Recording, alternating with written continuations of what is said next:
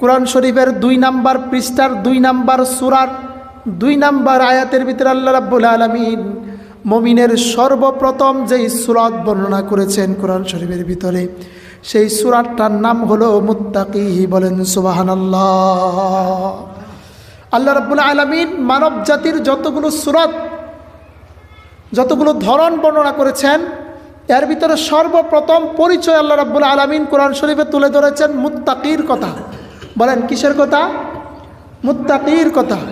আল্লাহ রাব্বুল আলামিন সূরা বাকারার 2 নম্বর আয়াতের ভিতরে ঘোষণা করেন, যালিকাল কিতাবু লা রাইবা ফীহি হুদাল লিল মুত্তাকিন।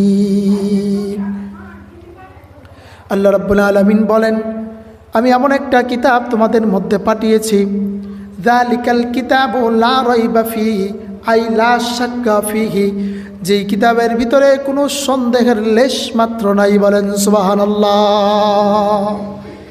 যেই কিতাবটা আমাদেরকে দিয়েছেন, সেই কিতাবের ভিতরে কোনো ভুল নাই, কোনো ত্রুটি নাই, শুধু সন্দেহ তো নাই, লা শাক্কা ফীহি, এক চুল পরিমাণ কোনো সন্দেহ নাই। বলেন সুবহানাল্লাহ।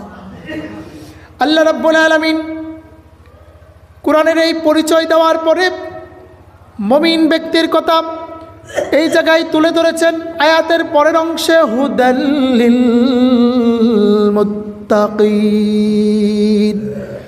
এই কোরআনটা সেই কোরআন যেই কোরআন মুত্তাকিদের জন্য পথ প্রদর্শক। বলেন সুবহানাল্লাহ। মুত্তাকিদের জন্য পথ প্রদর্শক। এটা এমন একটা কোরআন, যারা মুত্তাকি হয়ে যাবে তাদেরকে এই কোরআন ধরে ধরে আল্লাহর জান্নাত পর্যন্ত পৌঁছাবে। বলেন সুবহানাল্লাহ। আল্লাহর হাবিব সরওয়ারে কায়নাত হাবিবে কিবরিয়া রাহমাতুল লিল আলামিন পবিত্র জবানে ঘোষণা করেছেন, মান ক্বরাআল কুরআনা আমামাহু ক্বাদাহু ইলাল জান্নাহ।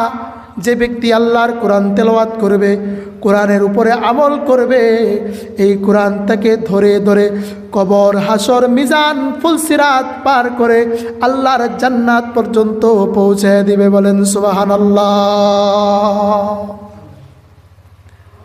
রাসূলুল্লাহ বলতেছেন, ব্যক্তি কোরআনকে গাইডলাইন মানবে, কোরআনকে সামনে রাখবে, কোরআনের হালালকে হালাল হিসাবে মানবে, হারামকে ঘৃণার সাথে বর্জন করবে, এই কোরআন তাকে ধরে ধরে সমস্ত ঘাটিগুলো পার করে তাকে গাইড দিয়ে দিয়ে বডিগার্ডের মতন করে তাকে আল্লাহর জান্নাত পর্যন্ত পৌঁছায় দেবে। বলেন সুবহানাল্লাহ।